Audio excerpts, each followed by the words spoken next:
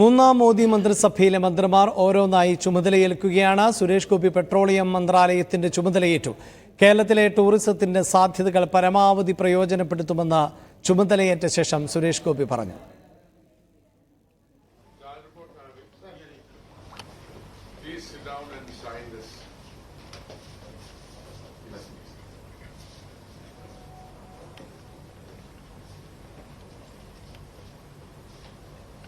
Priority ये सब मुझे नया है ये मिनिस्ट्री मैंने I was not expecting this ministry so it's a huge responsibility so I have to definitely look into the prospects at which my Prime Minister is looking forward to and what kind of a load he is put on my Minister Puriji. So after going through all those, the content of the next level of emerging petroleum systems in India, after learning it properly, maybe I will be able to put in my contribution on the basis of the understanding that I have had from the living standards, the life settling standards of the people of Kerala and Tamil Nadu. Definitely that will be a standard understanding of the conditions of the life of the people in the country, and then looking at the prospects of oil exploration. It is said that there is a spot in Kollam which is the district and town which brought me up. It is the same town which taught me the language that you are listening to now. So let's keep our thoughts open so that I will also keep my thoughts open to imbibe from my senior minister and also my Prime Minister, also the panel who will support me. But thanks to the people of Kerala through Trichur, I bow before them. Thank you all very much. George കുര്യനും ഇന്ന് ഓഫീസിലെത്തി ചുമതലയേൽക്കും. വിദേശകാര്യമന്ത്രി S ജയശങ്കറും railway മന്ത്രി അശ്വിനി വൈഷ്ണവും രാവിലെ തന്നെ മന്ത്രാലയങ്ങളിൽ എത്തി ചുമതലയേറ്റെടുത്തു.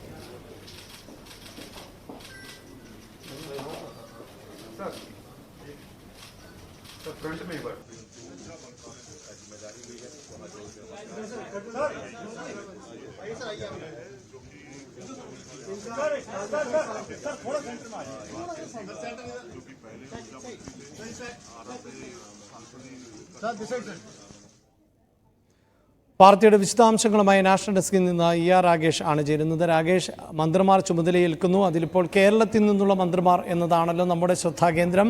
Suresh Gopi petroleum മന്ത്രാലയത്തിൻ്റെ ചുമതലയാണ് ഏറ്റെടുത്തത്. പക്ഷേ ദേശീയ മാധ്യമങ്ങളടക്കം അദ്ദേഹത്തോട് ചോദ്യങ്ങൾ ചോദിക്കുമ്പോൾ വളരെ കൃത്യമായി കേരളത്തെക്കുറിച്ച് പറയുന്നു, കേരളത്തിൻ്റെ വിനോദസഞ്ചാര മേഖലയെക്കുറിച്ച് പറയുന്നു, കൊല്ലവും തൃശ്ശൂരും പേരെടുത്ത് പരാമർശിക്കുകയും ചെയ്തല്ലോ. എന്താണ് വിവരങ്ങൾ?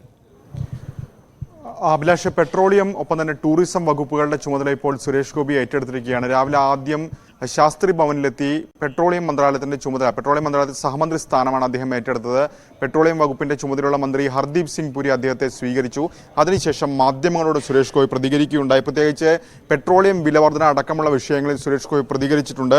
വിലവർധനവ് പരിഹരിക്കാൻ പെട്രോളിയം നിക്ഷേപം കണ്ടെത്താൻ കഴിയണം എന്നാണ് അദ്ദേഹം പറഞ്ഞിരിക്കുന്നത്. ഒപ്പം കൊല്ലത്ത് പെട്രോളിയം നിക്ഷേപമുണ്ടെന്ന ഊഹാപോഹം നേരത്തെ തന്നെ കേട്ടിരുന്നതാണ്. തന്റെ ജന്മസ്ഥലം കൂടിയാണ് കൊല്ലം. ഒപ്പം അവിടെ അത്തരത്തിലുള്ള പരിശോധന നടത്തേണ്ടതുണ്ട് തുടങ്ങിയ കാര്യങ്ങളും സുരേഷ് ഗോപി പ്രതികരിച്ചു.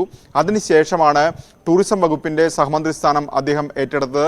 ഈ ടൂറിസം വകുപ്പുമായി ബന്ധപ്പെട്ട കാര്യങ്ങളിലും അദ്ദേഹം പ്രതികരിച്ചിട്ടുണ്ട്. പ്രത്യേകിച്ച് കേരളത്തിന് വലിയ സാധ്യതകൾ ടൂറിസം രംഗത്തുണ്ട്, അത് പരമാവധി പ്രയോജനപ്പെടുത്താൻ ശ്രമിക്കും എന്നാണ് ഇപ്പോൾ സുരേഷ് ഗോപി പ്രതികരിച്ചിരിക്കുന്നത്. ഒപ്പം ഒരിടത്തും താൻ നിരാശനാകാൻ ഉദ്ദേശിക്കുന്നില്ല എന്നുകൂടി സുരേഷ് ഗോപി പറഞ്ഞു വെക്കുന്നു. പ്രധാനമന്ത്രി തന്നെ നേരത്തെ കേരളത്തെക്കുറിച്ചുള്ള അഭിമുഖത്തിൽ ടൂറിസം, ഇന്ത്യയിൽ ഏറ്റവും ടൂറിസം സാധ്യതയുള്ളത് കേരളത്തിലാണെന്ന് പ്രധാനമന്ത്രി തന്നെ പറഞ്ഞിട്ടുണ്ട്. അപ്പോൾ അതുകൂടി മനസ്സിൽ വെച്ചുകൊണ്ടായിരിക്കാം തനിക്ക് ടൂറിസം വകുപ്പിന്റെ സഹമന്ത്രി സ്ഥാനം നൽകിയിരിക്കുന്നത്. അതുകൊണ്ട് തന്നെ ഭാരിച്ച ഉത്തരവാദിത്തമാണ് തന്നെ ഏൽപ്പിച്ചിരിക്കുന്ന പ്രതികരണം കൂടി സുരേഷ് ഗോപി ഇപ്പോൾ നടത്തിയിരിക്കുകയാണ്.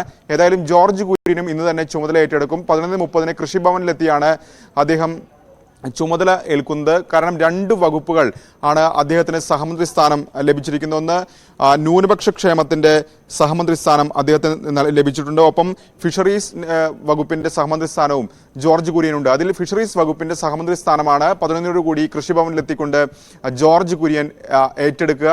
ഏതായാലും പ്രധാനപ്പെട്ട മന്ത്രിമാരൊക്കെ തന്നെ ഇപ്പോൾ ചുമതല ഏറ്റെടുത്തുകൊണ്ടിരിക്കുകയാണ്. രാവിലെ ആദ്യം ചുമതലയേറ്റ 2 മന്ത്രിമാർ, ഒന്ന് വിദേശകാര്യമന്ത്രി എസ് ജയശങ്കർ, ഒപ്പം റെയിൽവേ മന്ത്രി അശ്വിനി വൈഷ്ണവും ചുമതല ഏറ്റെടുത്തു. അതിനുശേഷം ഭൂപേന്ദ്ര യാദവ്, ഗിരിരാജ് സിംഗ് തുടങ്ങിയ മന്ത്രിമാരും ചുമതലയേറ്റു. ചിരാഗ് പാസ്വാനും ഇപ്പോൾ അല്പം മുമ്പ് ചുമതലയേറ്റിരിക്കുകയാണ്. ജയശങ്കർ പറഞ്ഞിരിക്കുന്ന പ്രധാനപ്പെട്ട കാര്യം വിദേശ നയം ശക്തമായി തന്നെ മുന്നോട്ട് കൊണ്ടുപോകുമെന്നായിരുന്നു ജയശങ്കറിന്റെ പ്രതികരണം. അശ്വിനി വൈഷ്ണവ് വ്യക്തമാക്കിയത് റെയിൽവേയിലെ പരിഷ്കരണ നടപടികളുമായി മുന്നോട്ട് പോകുമെന്നാണ്. തീർച്ചയായും അശ്വിനി വൈഷ്ണവിന്റെ പ്രതികരണം ഉൾപ്പെടെ മലയാളികൾക്കും പ്രധാനപ്പെട്ടതാണ്. കാരണം കേരളത്തിലേക്ക് കൂടുതൽ റെയിൽവേ വികസനം വരുന്ന സാഹചര്യം ഉണ്ടാകുന്നു. തിരുവനന്തപുരം ഉൾപ്പെടെ തമ്പാനൂരിൽ നിന്ന് മാറി വേളിയും കഴക്കൂട്ടവും ഒക്കെ ആയിരിക്കും കൂടുതൽ ഇനി ശ്രദ്ധ കേന്ദ്രീകരിക്കുക എന്ന് കഴിഞ്ഞ ടൈമിൽ തന്നെ അശ്വിനി വൈഷ്ണവ് പറഞ്ഞതാണ്. ഒപ്പം മെട്രോ സംവിധാനങ്ങൾ വിപുലപ്പെടുത്തുന്നതുമായി ബന്ധപ്പെട്ട് കേരയിൽ പോലെയുള്ള പദ്ധതികളിൽ ഉൾപ്പെടെ ഇനിയും കൂടുതൽ ചർച്ച ചെയ്യപ്പെടാൻ പോകുന്നത് ഒരു പക്ഷേ അശ്വിനി വൈഷ്ണവ് തന്നെയായിരിക്കും. റെയിൽവേ മന്ത്രാലയം കൂടുതൽ ചർച്ചകളിൽ നിറയും. കേരളത്തെ സംബന്ധിച്ചിടത്തോളം ഇപ്പോൾ മറ്റു മന്ത്രിമാർ ഉൾപ്പെടെ ഉള്ളവർ ചുമതലയേൽക്കുന്നതിൻ്റെ ദൃശ്യങ്ങൾ ആണ് നമുക്ക് കാണാൻ സാധിക്കുന്നത്. കേന്ദ്രമന്ത്രി ജിതേന്ദ്ര പ്രസാദ് ഉൾപ്പെടെ ഉള്ളവർ ചുമതല ഏൽക്കുന്നു. നേരത്തെ മനോഹർലാൽ ഖട്ടാർ അടക്കമുള്ളവരെല്ലാം ചുമതലയേൽക്കുന്നതിൻ്റെ ദൃശ്യങ്ങൾ നമ്മൾ കണ്ടതാണ്. ഒപ്പം മലയാളികളെ സംബന്ധിച്ചിടത്തോളം ഏറ്റവും പ്രധാനം സുരേഷ് ഗോപി ചുമതലയേറ്റു എന്നുള്ളതാണ്. അല്പസമയത്തിനകം ജോർജ് കുര്യൻ ചുമതലയേൽക്കുന്നു.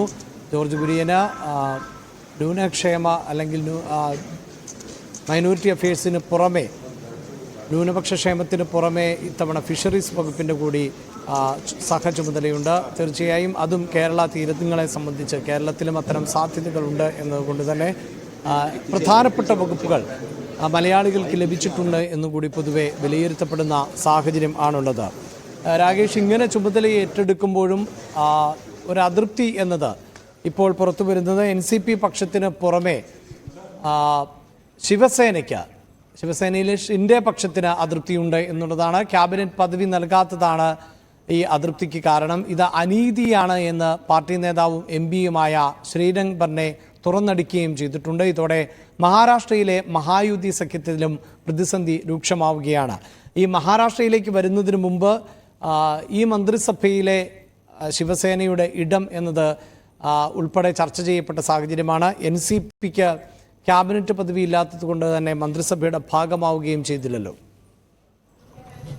അഭിലാഷ്, മഹാരാഷ്ട്രയിൽ NDA സഖ്യത്തിൽ പ്രതിസന്ധി രൂക്ഷമാവുകയാണ്. നേരത്തെ സത്യപ്രതിജ്ഞ ചടങ്ങിൽ പങ്കെടുക്കാതെ വിട്ടുനിൽക്കുകയായിരുന്നു NCP. അതായത് അവർക്ക് സഹമന്ത്രി സ്ഥാനം മാത്രം നൽകിയതായിരുന്നു അവരുടെ വിയോജിപ്പ്. പ്രഫുൽ പട്ടേലിനെയായിരുന്നു NCP അജിത് പവാർ പക്ഷം ഇത്തരത്തിൽ മന്ത്രിസ്ഥാനത്തേക്ക് പരിഗണിച്ചിരുന്നെങ്കിൽ സഹമന്ത്രി സ്ഥാനം നൽകുന്നതിനുള്ള വിയോജിപ്പാണ് അവർ പ്രകടിപ്പിച്ചത്. അക്കാര്യം പരസ്യമായി പ്രഫുൽ പട്ടേൽ തന്നെ പറഞ്ഞു. കാരണം UPA സർക്കാരിൽ ക്യാബിനറ്റ് മന്ത്രിയായിരുന്നു. പക്ഷേ ഇപ്പോൾ നൽകാമെന്ന് പറഞ്ഞിരിക്കുന്നത് സഹമന്ത്രി സ്ഥാനമാണ്. അത് തരം താഴ്ത്തലാണ് എന്നായിരുന്നു അജിത് പവാർ പക്ഷത്തിൻ്റെ വാദം.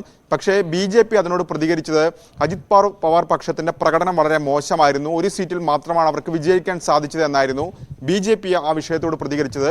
പക്ഷേ ശിവസേനയുടെ കാര്യം വരുമ്പോൾ അങ്ങനെയല്ല. ശിവസേനയ്ക്ക് 7 സീറ്റുകളിൽ വിജയിക്കാൻ സാധിച്ചു. NDAയിലെ സഖ്യകക്ഷികളുടെ എണ്ണം എടുക്കുകയാണെങ്കിൽ അല്ലെങ്കിൽ സീറ്റ് നിലയെടുക്കുകയാണെങ്കിൽ TDPയും JDUവും കഴിഞ്ഞാൽ ഏറ്റവും കൂടുതൽ സീറ്റ് ലഭിച്ച പാർട്ടിയാണ് ഷിൻഡെ പക്ഷം. 7 സീറ്റുകൾ അവർക്ക് വിജയിക്കാൻ സാധിച്ചു. പക്ഷേ അവർക്ക് ഒറ്റ മന്ത്രിസ്ഥാനം മാത്രമാണ് നൽകിയത്. അതിൽ ക്യാബിനറ്റ് പദവിയില്ല. പകരം സ്വതന്ത്ര ചുമതലയുള്ള ഒരു മന്ത്രിയെ മാത്രമാണ് അവർക്ക് നൽകിയത്. അതിനുള്ള വിയോജിപ്പാണ് ഇപ്പോൾ ശിവസേനയുടെ ലോക്സഭാ ചീഫ് വിപ്പ് തന്നെ പരസ്യമായി പറഞ്ഞിരിക്കുന്നത്. അവർ ഉന്നയിക്കുന്ന പ്രധാനപ്പെട്ട കാര്യം അനീതിയാണ് NDAയിൽ നടക്കുന്നത്, ഇരട്ട നീതി ഉണ്ടാകുന്നു എന്ന പ്രതികരണം അവർ നടത്തിയിരിക്കുന്നു. അതിന് ഉദാഹരണമായി ചൂണ്ടിക്കാണിക്കുന്നത് ഒന്ന് ചിരാഗ് പാസ്വാൻ, ഒന്ന് ജിതൻ റാം മാഞ്ചി, മറ്റൊന്ന് കുമാരസ്വാമി. കാരണം ചിരാഗ് പാസ്വാന് 5 MP-മാർ മാത്രമാണ് ചിരാഗ് പാസ്വാന്റെ പാർട്ടി വിജയിച്ചത്. അവർക്ക് ക്യാബിനറ്റ് പദവി നൽകി. ജിതൻ റാം മാഞ്ചിയുടെ കാര്യം വരുമ്പോൾ ജിതൻ റാം മാഞ്ചി മാത്രമാണ് വിജയിച്ചിരിക്കുന്നത്. ഗയയിൽ നിന്ന് അദ്ദേഹം മാത്രമാണ് വിജയിക്കുമ്പോൾ അദ്ദേഹത്തിനും ക്യാബിനറ്റ് പദവി നൽകുന്നു. സമാനമായ കാര്യം JDUവിൻ്റെ കാര്യത്തിലും സംഭവിച്ചിരിക്കുന്നു. കുമാരസ്വാമി ക്യാബിനറ്റ് മന്ത്രിയായി. അപ്പോൾ 7 അംഗങ്ങളുള്ള ശിവസേനയെ പരിഗണിച്ചില്ല, അവർക്ക് ക്യാബിനറ്റ് പദവി നൽകിയില്ല എന്നുള്ളതാണ് ഇപ്പോൾ ശിവസേനയുടെ അമർഷത്തിന് കാരണം. അക്കാര്യം ഏതായാലും നേതാക്കൾ പരസ്യമായി തന്നെ പ്രതികരിക്കുകയാണ്. പ്രത്യേകിച്ച് മഹാരാഷ്ട്രയിൽ നിയമസഭാ തെരഞ്ഞെടുപ്പ് ഈ സൂചിപ്പിക്കുന്ന പോലെ ഈ പദവി കൊടുത്തില്ല എന്ന് പറയുമ്പോൾ തന്നെ ഇപ്പോൾ ഈ അംഗബലത്തിനപ്പുറത്ത് സീനിയോറിറ്റി കൂടി പരിഗണിക്കപ്പെട്ടിട്ടുണ്ടോ എന്ന് നമുക്ക് സംശയം തോന്നുന്നുണ്ട്. ഈ മന്ത്രിമാരുടെ പട്ടികകൾ കാണുമ്പോൾ അതിൽ സീനിയറായ മന്ത്രിമാർ, കഴിഞ്ഞ മന്ത്രിസഭയിൽ ഉണ്ടായിരുന്നവർ ഉണ്ട്, 3 ടേമുകളായി വിജയിച്ചു വരുന്നവർ ഉണ്ട്, ഒപ്പം സീനിയോറിറ്റി മാഞ്ചിയുടെ കാര്യത്തിലൊക്കെ അടക്കം. എന്തായാലും ഇത് എന്തായിരുന്നു പരിഗണനാ വിഷയം എന്നതിനൊക്കെ അപ്പുറത്ത് ഇനി കൂടുതൽ ബാധിക്കാൻ പോകുന്നത് മഹാരാഷ്ട്രയിലെ നിയമസഭാ തെരഞ്ഞെടുപ്പിനെയാണല്ലോ. അവിടെ ഈ സഖ്യത്തെയെല്ലാം പൊളിച്ചുകൊണ്ട് സർക്കാർ രൂപീകരിക്കുകയും പിന്നീട് NDAയുടെ ഭാഗമായി ലോക്സഭയിലടക്കം മത്സരിക്കുകയും ചെയ്തു. പക്ഷേ പ്രതീക്ഷിച്ചത്ര നേട്ടമുണ്ടാക്കാൻ അവിടെ ആ സഖ്യത്തിന് സാധിച്ചിട്ടുമില്ല. അതുകൊണ്ട് തന്നെ ഈ സഖ്യത്തിൽ ഇനിയും അസ്വാരസ്യങ്ങൾ തുടർന്നാൽ അത് മഹാരാഷ്ട്രയിലെ നിയമസഭാ തെരഞ്ഞെടുപ്പിൽ ഏത് തരത്തിലായിരിക്കും പ്രതിഫലിക്കുക? അത് പരിഹരിക്കുവാനുള്ള നീക്കങ്ങൾ BJPയുടെ ഭാഗത്ത് നിന്ന് എത്രത്തോളം ഉണ്ടാകും? അഭിലാഷ്, ലോക്സഭാ തെരഞ്ഞെടുപ്പ് റിസൾട്ട് വന്നതിന് ശേഷം മഹാരാഷ്ട്രയിൽ ചാമ്പ്യന്മാരായി നിൽക്കുന്നത് ഉദ്ധവ് താക്കറെയും ഒപ്പം തന്നെ ശരത് പവാറുമാണ്. കാരണം ആ 2 പാർട്ടികൾക്കാണ്, NCP എടുക്കുകയാണെങ്കിലും ശിവസേനകൾ എടുക്കുകയാണെങ്കിലും ആ 2 പാർട്ടികൾക്കാണ് സീറ്റുകൾ കൂടുതൽ ലഭിച്ചിരിക്കുന്നത്.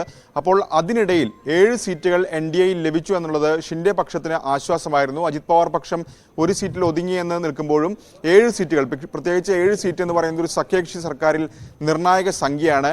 അപ്പോൾ ഷിൻഡെ പക്ഷം യഥാർത്ഥത്തിൽ പ്രതീക്ഷിച്ചിരുന്നത് മറ്റൊന്നായിരുന്നു. ഒരു സഹമന്ത്രി സ്ഥാനം ഉറപ്പായും ലഭിക്കും, ഒപ്പം ഒരു ക്യാബിനറ്റ് പദവി, അത് പ്രധാനപ്പെട്ട വകുപ്പ് തന്നെ ലഭിക്കുമെന്നും അവർ കണക്കുകൂട്ടിയിരുന്നു. പക്ഷേ മന്ത്രിസഭാ വിഭജനം കഴിഞ്ഞപ്പോൾ അങ്ങനെയല്ല ഉണ്ടായത്. അവർക്ക് ക്യാബിനറ്റ് പദവി കിട്ടിയില്ല, പകരം ഒരു ഇൻഡിപെൻഡന്റ് ചുമതല, സ്വതന്ത്ര ചുമതല മാത്രമാണ് അവർക്ക് ലഭിച്ചത്. അതിലാണ് ഇപ്പോൾ പ്രതിസന്ധി രൂക്ഷമായിരിക്കുന്നത്. അതിന് പ്രധാനപ്പെട്ട കാരണം ഈ സേനകൾ തമ്മിലുള്ള പോരാട്ടത്തിൽ കൂടുതൽ സീറ്റുകൾ വിജയിക്കാൻ ഉദ്ധവ് പക്ഷത്തിന് സാധിച്ചു. അങ്ങനെ ഉദ്ധവ് പക്ഷം ഈ ലോക്സഭാ തെരഞ്ഞെടുപ്പിൽ കരുത്ത് കാട്ടി.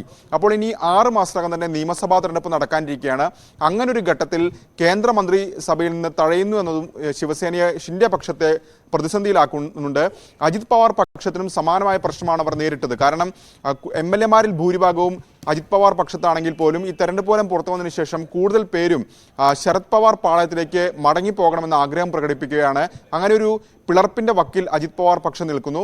സമാനമായ സാഹചര്യം ശിവസേനയിലും ഉണ്ടാവും, ഷിൻഡെ പക്ഷത്തും ഉണ്ടാകുമെന്ന ആശങ്ക നേതാക്കൾക്കുണ്ട്. കാരണം കൂടുതൽ സീറ്റുകൾ ലഭിച്ചത് ഉദ്ധവിനാണ്. ഒപ്പം ഉദ്ധവ് പക്ഷത്ത് കൂടുതൽ സീറ്റുകൾ നേടുമ്പോൾ സ്വാഭാവികമായും ഷിൻഡെ പക്ഷത്ത് നിന്ന് അങ്ങോട്ട് പോകാനുള്ള സാധ്യതകൾ നിലവിലുണ്ട്.